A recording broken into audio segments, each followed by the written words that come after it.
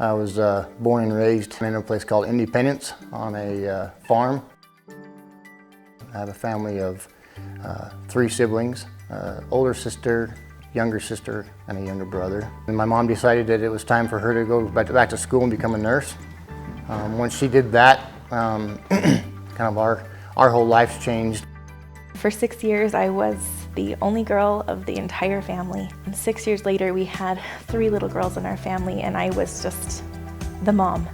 We actually rode the same bus going to school, and I always remember seeing her, and she was just this little old brat child that I was always growing up in the back of the bus, and she was always kind of the one that got on. It was just the annoying one. My older sister became kind of the babysitter, and we worked a lot on the farm and raised our foods that we had. I love the outdoors. I love to hunt. I love horses. I love training horses. I love dogs. We have 5 dogs, and we just love to go out and enjoy the outdoors. My mom is the youngest of 6, and my dad is the middle of 3. And the difference between their big family and their small family, I just always imagined that I'd have just a half dozen or a dozen of my own little kiddos. The whole time as you're younger, I've always wanted to go on a mission. I've always had a desire to serve a mission.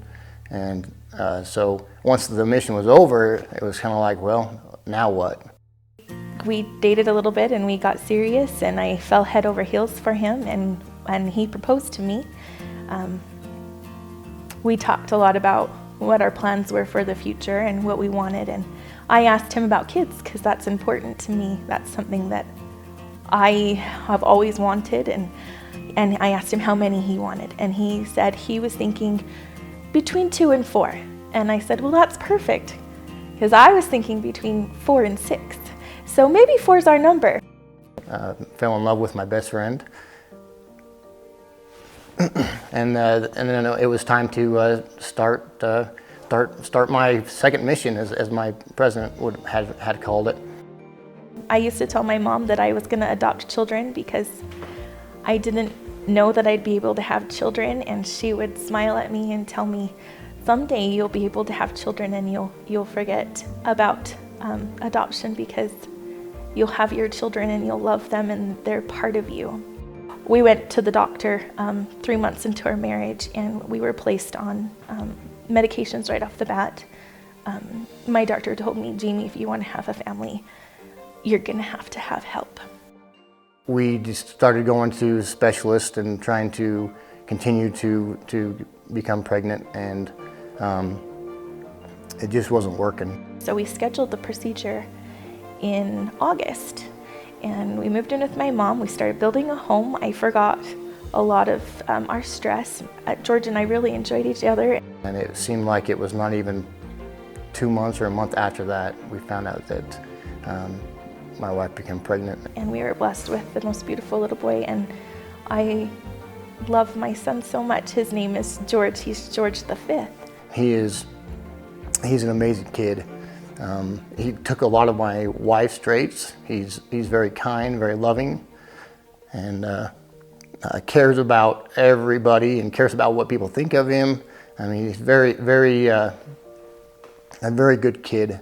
Now here he is, 8 years old, and it seems like we can't have any more kids. It's just kind of a dead end, I guess.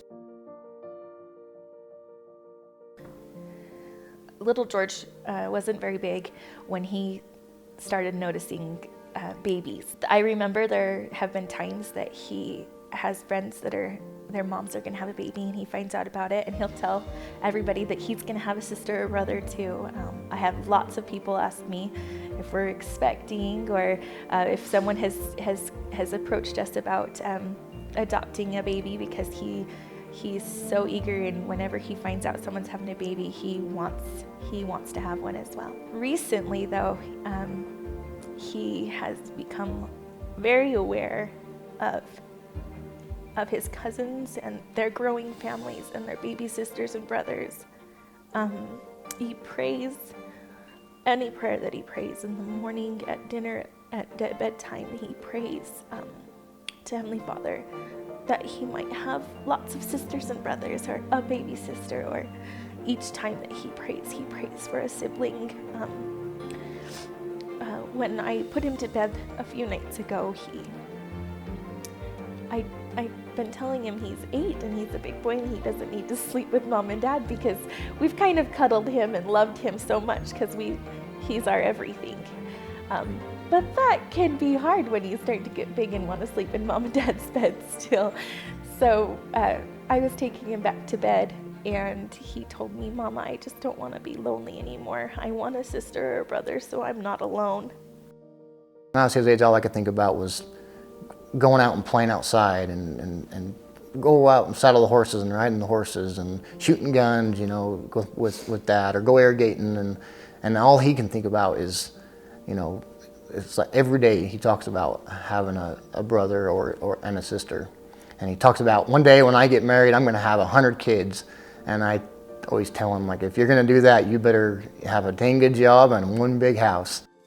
It really is hard when you want something so bad, but it's even harder when your child wants something so bad and you can't quite give it to them right when they want it. But I know that he's going to be an amazing big brother. My wife always talked about adopting, you know, and she always said that when she was younger, she always told her mom how she wanted to adopt her, that she felt like she was going to adopt, and I was always kind of like, I don't want to adopt. It seemed like, I think 2 years went by. One morning I woke up, sat up in bed, and I just looked over at Jamie and I told her, I said, it's time. You know, this world is full of children that need help, and my wife, she is very loving, and she has a lot of love to give. I just woke up and felt like, why am I being so prideful? There's nothing like having your own, having a child to care for and to love. It's a different kind of love. You love your wife, but man, when you have a child, it's a different kind of love. And I know that I can love someone else's child that way.